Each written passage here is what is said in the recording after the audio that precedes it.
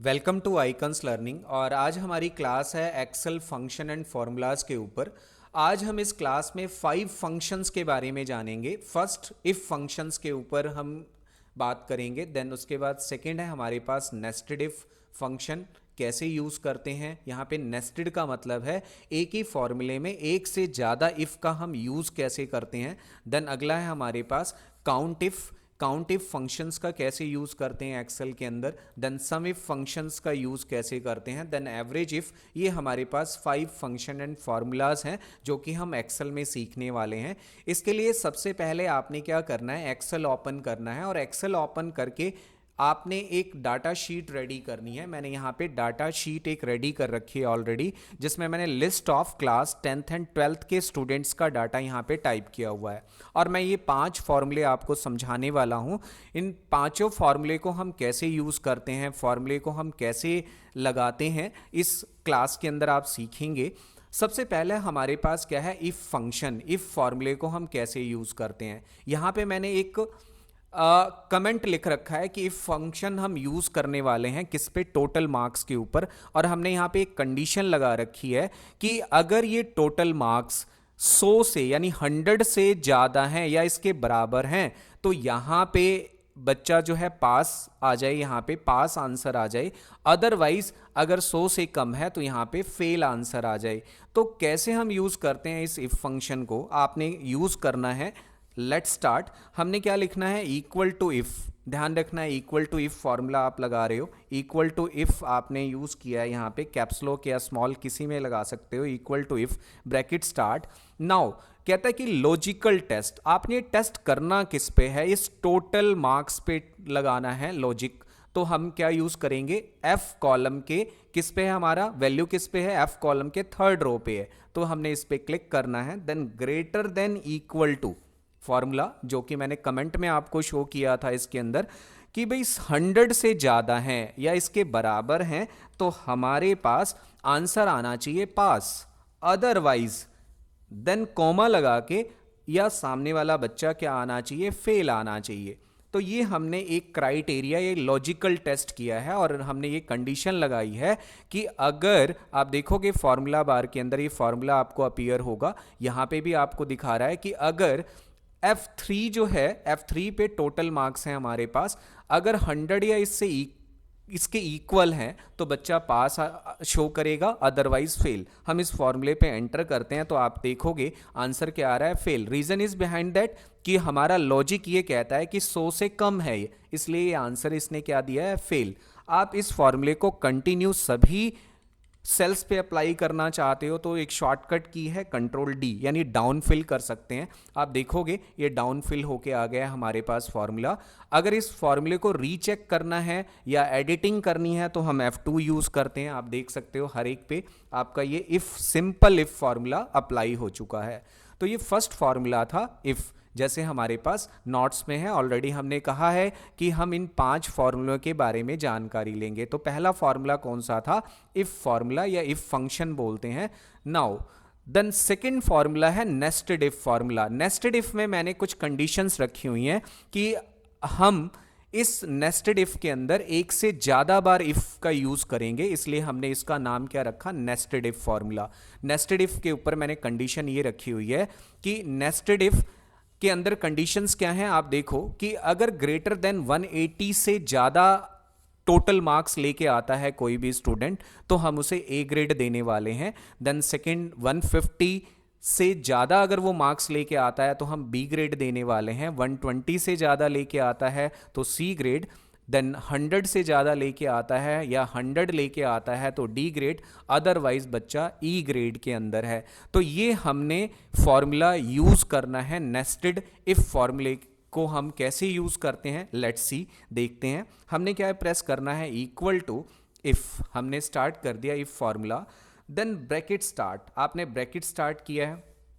आपने ध्यान रखना है कि फॉर्मूला हम किस पे लगा रहे हैं, F3 के ऊपर लगा रहे हैं। तो आपको ये सेल का नेम भी याद होना चाहिए, नेम बॉक्स के अंदर आप चेक भी कर सकते हो, F3 पे हम अप्लाई कर रहे हैं तो हम डायरेक्टली यहाँ पे क्लिक भी कर सकते हैं और F3 भी लिख सकते हैं। मैं इस फॉर्मूले में दोनों चीज़ें करके दिखाऊंगा। मैंने पहले क्लिक किया है, देन F3 मैं लॉजिक लगाना चाहता हूँ कि अगर टोटल मार्क्स F3 के अंदर 180 से ज़्यादा हैं, अगर मुझे आंसर टेक्स्ट में लेना है तब हम डबल कॉट यूज़ करते हैं। डबल कॉट, क्या आंसर आए, ए ग्रेड आ जाए, ए ग्रेड।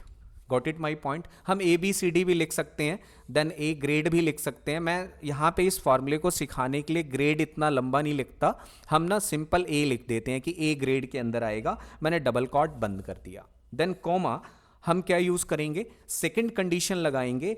अगेन हमने इफ लगाया, इफ हमने फिर से ब्रैकेट स्टार्ट किया है और फिर से हमने F3 पे क्लिक किया है। आप देखोगे यहाँ पे सेकेंड कंडीशन थी हमारी कि ग्रेटर देन 150 से है तो वो बच्चा किसके अंदर आ जाए, बी ग्रेड के अंदर या बी के अंदर आ जाए। देन कोमा, तीसरी बार फिर से हम फॉर्मूला लगाएंगे, इफ ब्रैकेट स्टार्ट। हम मल्टीपल इफ यूज कर रहे हैं, दैट्स वाई हम इसे बोलते हैं नेस्टेड इफ। फिर से हमने F3 को सिलेक्ट किया, आपने F3, then greater then and 120 से ज़्यादा है तो बच्चा किसके अंदर आएगा, सी ग्रेड के अंदर आएगा। मैंने सी लिख दिया यहाँ पे। देन कोमा, देन अगली कंडीशन क्या लगानी है, इफ डी ग्रेड वाली कंडीशन लगानी है। तो इफ ब्रैकेट स्टार्ट, अब मेरे को मान लो कि यहाँ पे सेल नज़र नहीं आ रहा तो मुझे याद है कि F3 पे हम कंडीशंस लगा रहे हैं। देन कोमा, देन आपने ग्रेटर देन क्या यूज़ करना है, 100 यूज़ करना है। Then answer you will get, answer क्या गेट करोगे, डी ग्रेड। अदरवाइज बच्चा क्या है, ई ग्रेड के अंदर है। मैंने यहाँ पे अदरवाइज लगाने के लिए मैंने डायरेक्टली कोमा लगा के ई लिख दिया है। और ये सारे के सारे टेक्स्ट आपने डबल कॉट के अंदर रखने हैं, ध्यान रखना है। और ब्रैकेट्स का भी ध्यान रखना है कि कितनी बार आपने ब्रैकेट्स बंद करनी है। अब देखो, जब तक ब्लैक नहीं आ जाती लास्ट ब्रैकेट तब तक हम ब्रैकेट लगाते रहते हैं। और जैसे ही मैं एंटर करूंगा तो आपका आंसर आएगा कि ये बच्चा जो है ई ग्रेड के अंदर है, क्योंकि ये कंडीशंस के अकॉर्डिंग 100 से कम मार्क्स इसने गेट कर रखे हैं।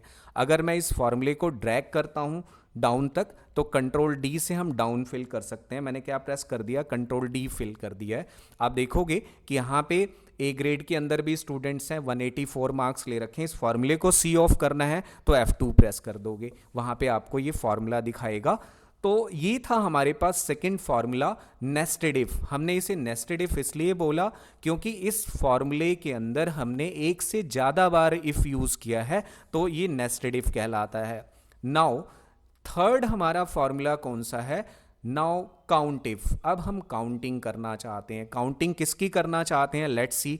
काउंट इफ हम काउंट करना चाहते हैं कि नंबर ऑफ 10th के स्टूडेंट्स कितने हैं, नंबर ऑफ स्टूडेंट्स जो 10th में कितने हैं, देन +2 में कितने हैं, तो हम काउंट कर सकते हैं। जैसे मैंने इसके ऊपर कमेंट भी लिख रखा है, आप कमेंट को यहाँ से देख सकते हो। ये देखो कमेंट मैंने लिखा है कि in this formula we can count number of student in a class 10th and 12th। हम इस फॉर्मूले की हेल्प से नंबर ऑफ स्टूडेंट्स को काउंट कर सकते हैं। लेट्स सी कैसे स्टार्ट करते हैं, कैसे इसे यूज करेंगे काउंट इफ फॉर्मूले को। आपने क्या प्रेस करना है, again equal to, then count if bracket start, हमने ब्रैकेट स्टार्ट किया है। देन रेंज, अब ध्यान रखनी है कि रेंज और क्राइटेरिया कैसे देना है। रेंज किसका देना है, हमने class wise number of students count करने हैं, तो हमारी रेंज में क्या आनी चाहिए, क्लास, क्योंकि हम सिर्फ 10th एंड +2 के बच्चे काउंट करना चाहते हैं कि भाई 10th कितनी बार हैं, 10th के स्टूडेंट्स कितने हैं और +2 के।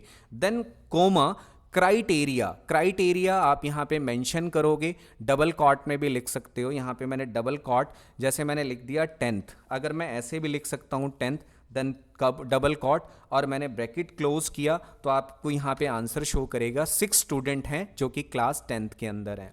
+2 को अगर आपने सर्च करना है तो दोबारा आपको फॉर्मूला लगाना पड़ेगा, क्योंकि मैंने 10th को किस में लिखा है, डायरेक्टली इसके अंदर लिखा है। अगर मैं यहाँ पे क्राइटेरिया सेट करता, क्राइटेरिया अगर मैं ऐसे सेट करता, मैं रिमूव कर देता हूँ और मैंने क्राइटेरिया ऐसे दे दिया होता, देन एंटर करता, तब भी आंसर 6 आ रहा है। लेकिन अब इन दोनों में डिफरेंस क्या है मैं आप ये जान लेते हैं। अब मैं इसे डाउन फिल करा पा रहा हूँ, कंट्रोल डी से मैंने डाउन फिल करा दिया, यानी +2 के स्टूडेंट्स कितने हैं, 4 स्टूडेंट्स हैं। अगर मैंने देखो यहाँ पे मैंने क्राइटेरिया का यूज़ किया है डायरेक्टली 10th, जो कि आप F2 से इस फॉर्मूले को देख सकते हो। J4 पे है 10th, देन J5 पे 12th है। अब हम ड्रैग कर सकते हैं इस फॉर्मूले को, लेकिन अगर मैं फॉर्मूला ऐसे लगाता, रिमूव कर देता हूं एक बार फॉर्मूला, ये चीज़ समझनी जरूरी है। तो हम क्या यूज़ करेंगे, इक्वल टू, अगर मैं यहाँ पे काउंट इफ फॉर्मूला लगाता, काउंट इफ, अगर मैं काउंट इफ फॉर्मूला ऐसे लगाता, देन रेंज, रेंज में हमने क्लास को सिलेक्ट करना है, मैंने क्लास सिलेक्ट किया है, देन कोमा, अगर मैं डबल कॉट के अंदर 10th ऐसे लिख दूंगा, टेक्स्ट फॉर्म में लिख दूंगा, तो ये फॉर्मूला हमारा डाउन ड्रैग नहीं होगा। अगर मैंने ये 6 और मैं इसको डाउन ड्रैग करके दिखाता हूं कंट्रोल डी से, तो ये आंसर गलत दे रहा है। रीजन क्या है, उसी फॉर्मूले को उसने क्या किया है, डाउन ड्रैग किया है। तो ये आपके पास, आपने ध्यान रखना है, जब पर्टिकुलर एक ही सेल के ऊपर आंसर लेना है तो हम इस तरह से लिख सकते हैं, लेकिन इस फॉर्मूले को मल्टीपल सेल के ऊपर आंसर प्रिंट कराना है जैसे, तो हम कौन सा फॉर्मूला यूज करेंगे, हम इसमें 10th की बजाय डायरेक्टली क्राइटेरिया लाइक दैट ऐसे देंगे, यानी हमने इस वे से देना है। आपने दोबारा फॉर्मूला लगाते हैं, देन F2, और क्राइटेरिया कैसे देना है, लाइक दैट। F2 प्रेस करो, आप दोबारा लगा के दिखा देता हूं मैं इसे, और एंटर, इक्वल टू आपने क्या करना है, काउंट इफ। तो आपने इस फॉर्मूले को ध्यान से समझना है। काउंट ऑफ रेंज हम किसको देंगे, क्लास 10th की रेंज है हमारी। देन क्राइटेरिया में आपने सेलेक्ट किसको करना है, लाइक दैट, ऐसे सेलेक्ट करना है, then bracket close, then enter, answer 6 आएगा। देन इस फॉर्मूले को आप इजीली कंट्रोल डी से डाउन फिल करा सकते हैं। आंसर कितने आएंगे, 4 स्टूडेंट्स हैं +2 के अंदर। Got it my point. तो ये क्या था हमारे पास, काउंट इफ फॉर्मूला। फॉर्मूले को चेकआउट करने के लिए F2 यूज करते हैं। नाउ हमारे पास जो 4th फॉर्मूला है वो है सम इफ। हम क्या करना चाहते हैं कि जो जितने भी 10th के स्टूडेंट्स हैं उनके मैथ्स के मार्क्स का सम करना चाहते हैं, तो सम इफ फॉर्मूला है हमारे पास। आप देखोगे नेक्स्ट 4th फॉर्मूला है सम इफ। हम इसको कैसे यूज करते हैं, लेट्स सी। यहाँ पे हम इसकी कमेंट भी रीड कर लेते हैं। हमने ये कमेंट रीड कर लिया, कमेंट देखते हैं यहाँ पे क्या लिखा हुआ है। हमने लिखा हुआ है कि in this formula we can find the total marks in maths of class 10th and 12th students. कैसे टोटल मार्क्स फाइंड आउट करेंगे, लुक हियर, हम फॉर्मूला कैसे लगाएंगे, इक्वल टू सम इफ। आपने फॉर्मूला क्या यूज करना है, सम इफ, ब्रैकेट स्टार्ट किया, then range and criteria. Range हमने क्लास से लेनी है, लाइक दैट। हमने मैथ्स के रेंज हमने कहाँ से ले ली, class, English and then maths, ये 3 रेंज के अंदर लिया है। देन कॉमा लगा देते हैं। कॉमा लगाने के बाद क्राइटेरिया क्या है, मैं 10th के स्टूडेंट्स के मैथ्स के मार्क्स का टोटल करना चाहता हूं, तो ये क्राइटेरिया है 10th। देन कोमा, हम सम रेंज क्या है, टोटल किसका करना है, मैथ्स का, तो हम सिर्फ मैथ्स को सिलेक्ट करेंगे।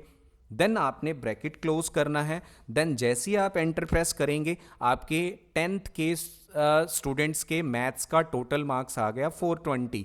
अगर आप यहाँ पे डाउन फिल करेंगे कंट्रोल डी से, तो ऑटोमेटिकली सेकेंड 12th का भी ये शो कर देगा। देन F2 करके आप इस फॉर्मूले को सी ऑफ कर सकते हैं, देख सकते हैं। Got it my point. तो ये क्या था हमारे पास, sum if formula. Sum if formula हम कैसे यूज करते हैं। नाउ हमारा लास्ट एंड 5th फॉर्मूला है इस वीडियो के अंदर। हमारे पास क्या है, एवरेज निकालना चाहते हैं। एवरेज इफ फॉर्मूला हम कैसे यूज करते हैं एक्सेल के अंदर। एवरेज इफ फॉर्मूले को करने के लिए पहले हम इसका कमेंट रीड करते हैं। इस कमेंट में हमने क्या लिखा है कि हम average if formula, in this formula we can find average marks in English of the class 10th and 12th students. हम यहाँ पे क्या करना चाहते हैं, क्लास 10th एंड 12th के स्टूडेंट्स के इंग्लिश के एवरेज मार्क्स लेना चाहते हैं कि एक बच्चे ने एवरेज मार्क्स लिए कितने हैं। तो इसके लिए हमने क्या यूज करना है, एवरेज इफ फॉर्मूला। कैसे यूज करेंगे, let's see, equal to average, आपने पूरा लिखना है एवरेज इफ। आप देखोगे पॉपअप में शो करा रहा है, आप उसे सिलेक्ट करके टैब भी प्रेस कर सकते हो, जैसे मैंने प्रेस किया। अब ये रेंज मांग रहा है हमसे, तो रेंज आपने वही देनी है, क्लास, मैथ्स, देन इंग्लिश। मैंने इस तरह से रेंज सेलेक्ट कर ली है। देन कोमा, आप यहाँ पे कोमा लगाओगे। कोमा लगाने के बाद आपने क्राइटेरिया देना है। क्राइटेरिया हमारा 10th क्लास है। देन कोमा कहता है एवरेज रेंज किसकी निकालनी है आपने एवरेज, तो हमने इंग्लिश को सिलेक्ट करना है, like that. Then bracket close, और जैसे ही आप एंटर करेंगे आप देखेंगे कि इंग्लिश के एवरेज मार्क्स, यानी 10th के स्टूडेंट ने एवरेज मार्क्स इतने गेट किए हैं। नाउ अगर इसी फॉर्मूले को दोबारा अप्लाई करने की बजाय हम कंट्रोल डी से डाउन फिल कर सकते हैं। तो ये क्या था हमारे पास एक्सेल के अंदर 5 इंपॉर्टेंट फंक्शन हम कैसे यूज करते हैं। If function, first if function, then nested if function. यहाँ नेस्टेड का मतलब है एक ही फॉर्मूले में एक से ज़्यादा इफ कैसे लगाते हैं। काउंट इफ फंक्शन है कि अगर हमें कोई पर्टिकुलर काउंट करना है तो काउंटिंग कैसे करेंगे। पर्टिकुलर किसी भी कॉलम का अगर हमें सम करना है पर्टिकुलर क्राइटेरिया के अंदर या एवरेज निकालनी है तो हम एवरेज निकाल सकते हैं। तो thank you for Icons Learning YouTube channel, you are watching. Thank you.